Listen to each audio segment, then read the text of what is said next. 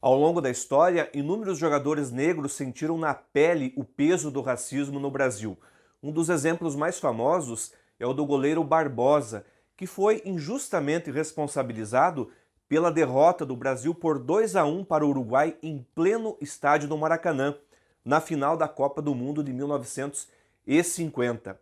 O próprio Rei Pelé foi vítima várias vezes de racismo, e alguns exemplos mais recentes nos mostram que, infelizmente, nós não superamos ainda o racismo estrutural no Brasil, que se manifesta de maneira tão perversa também no futebol. No vídeo de hoje, o racismo dentro do esporte mais amado pelos brasileiros, o futebol.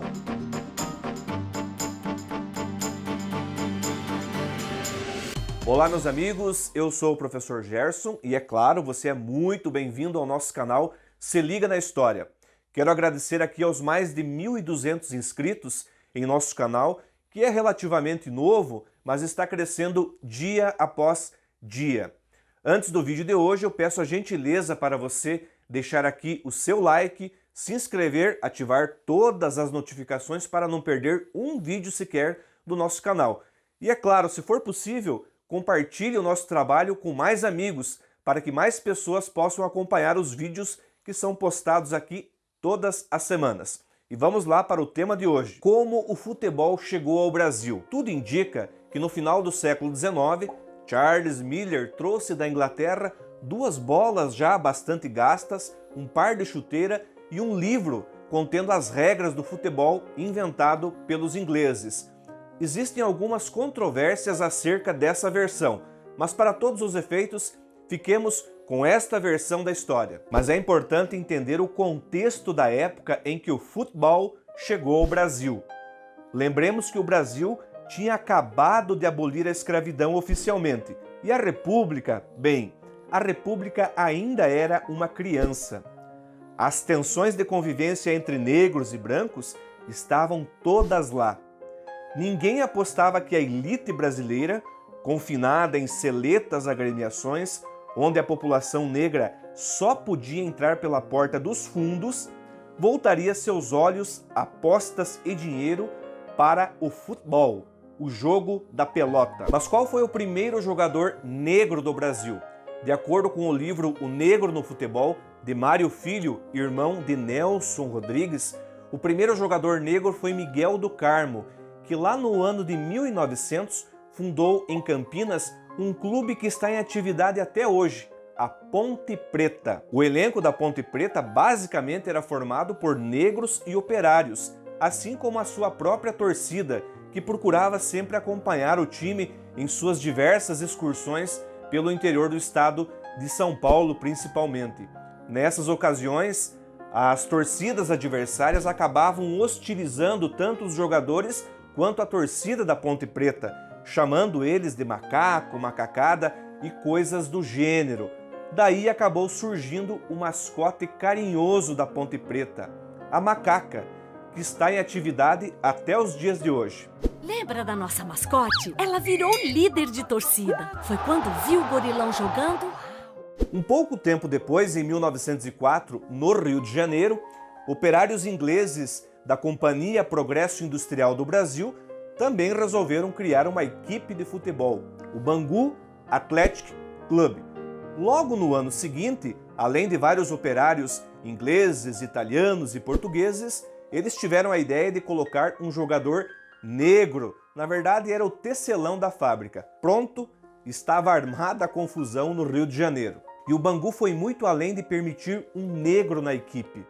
Passou a permitir que os pobres, os chamados mal vestidos, pudessem assistir aos jogos da arquibancada, um espaço que era reservado aos brancos, aos distintos, aos bem-nascidos da sociedade carioca. Na época, os pobres e mal vestidos só podiam assistir os jogos da chamada geral. Mas a elite carioca protestou contra a visão progressista do Bangu. Fundado em 1905, como forma de organizar e controlar o futebol, definindo, por exemplo, que o regulamento do futebol inglês seria o único permitido, a Liga Metropolitana de Futebol do Rio de Janeiro protestou. Em 1911, determinou a proibição do registro de pessoas negras como atletas, conforme pode ser observado neste recorte da ata de uma das reuniões.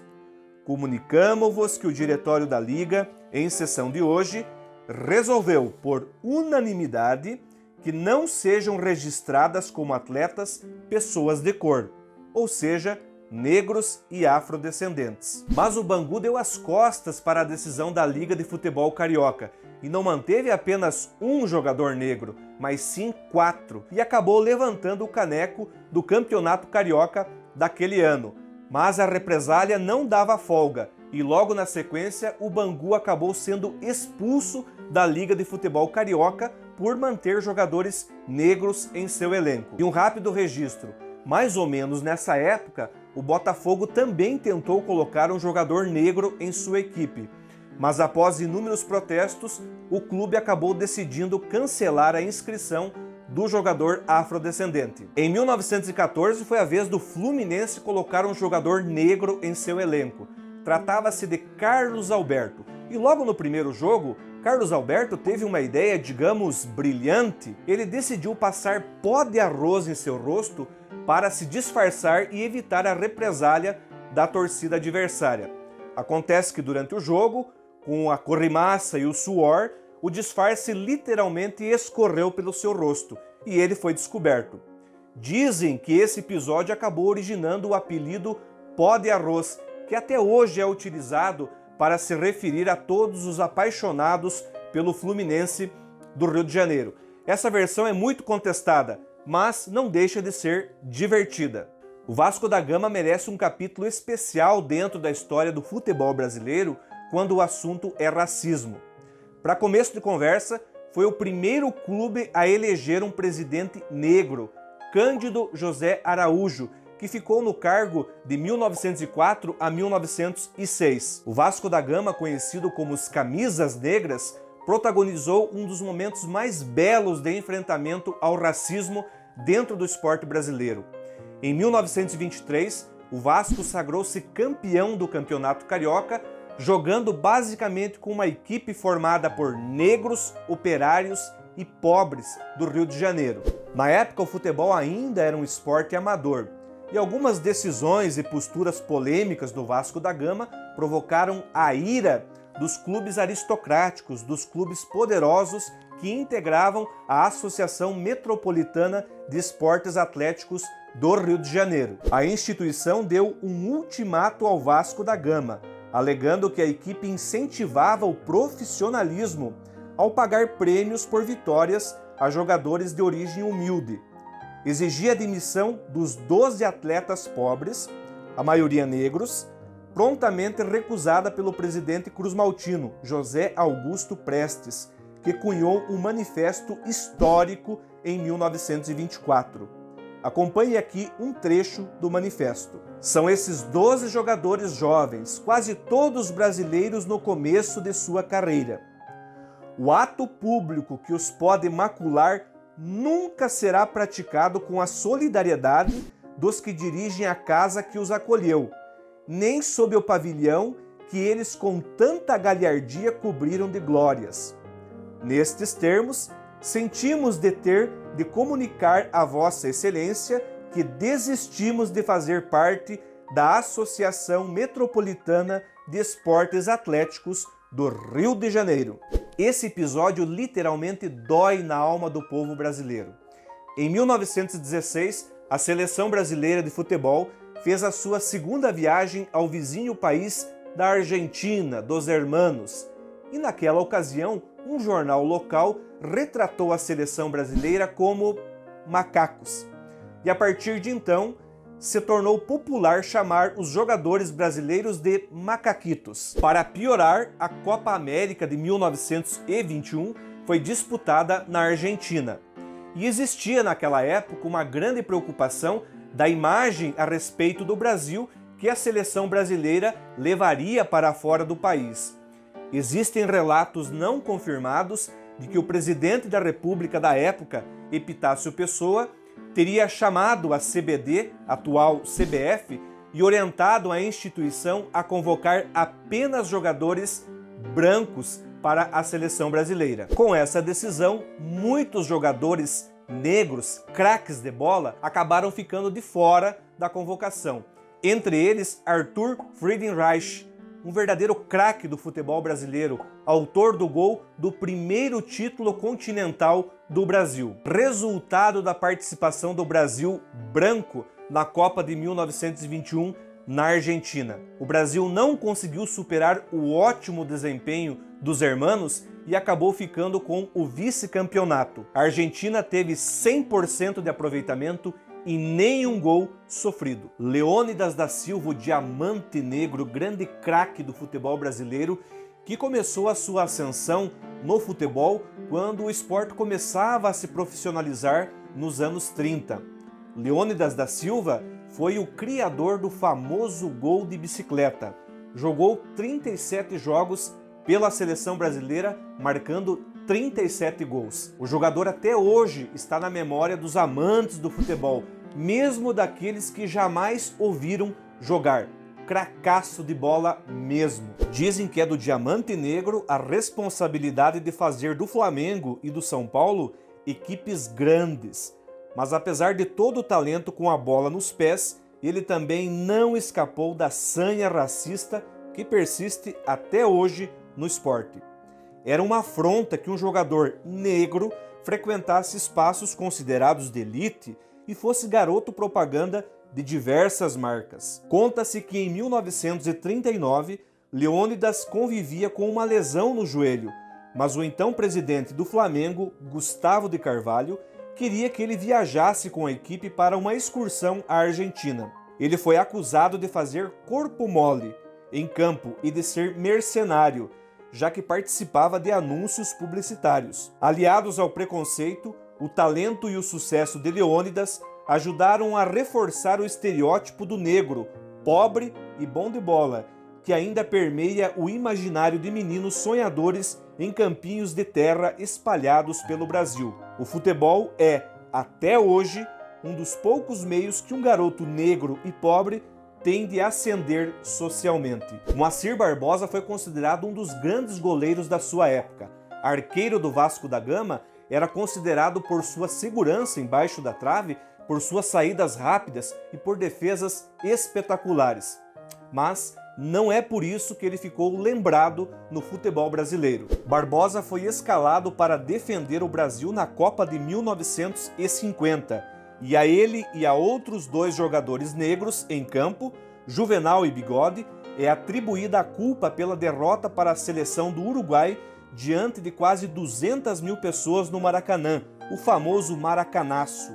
O Brasil jogava por um empate, mas perdeu a final por 2-1 em casa. Uns acusaram o técnico Flávio Costa pela derrota, mas quase todos se viraram contra os três negros da equipe.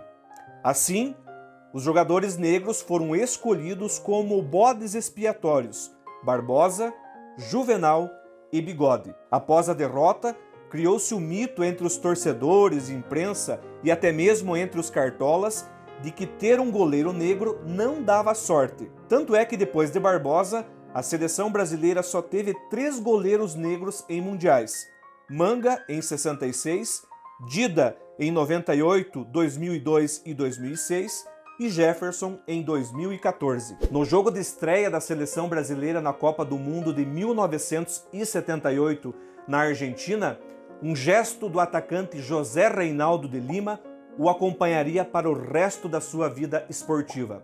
Ao marcar o gol, Reinaldo, como era mais conhecido, saiu correndo com o punho cerrado e levantado para o alto.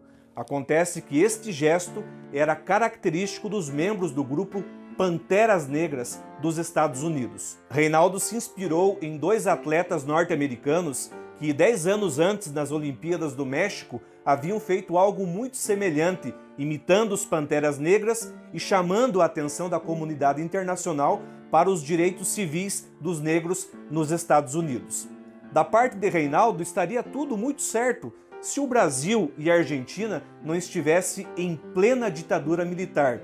E num regime autoritário, qualquer voz dissonante, qualquer voz discordante que defenda principalmente as minorias, não é visto com bons olhos. Reinaldo era uma pedra talentosa dentro do coturno da ditadura e já estava na mira dos militares pois já havia protagonizado outros episódios de rebeldia. Antes de desembarcar com a camisa da seleção brasileira em solo argentino, o presidente Ernesto Geisel em pessoa recebeu os jogadores e a comissão técnica, toda formada por militares.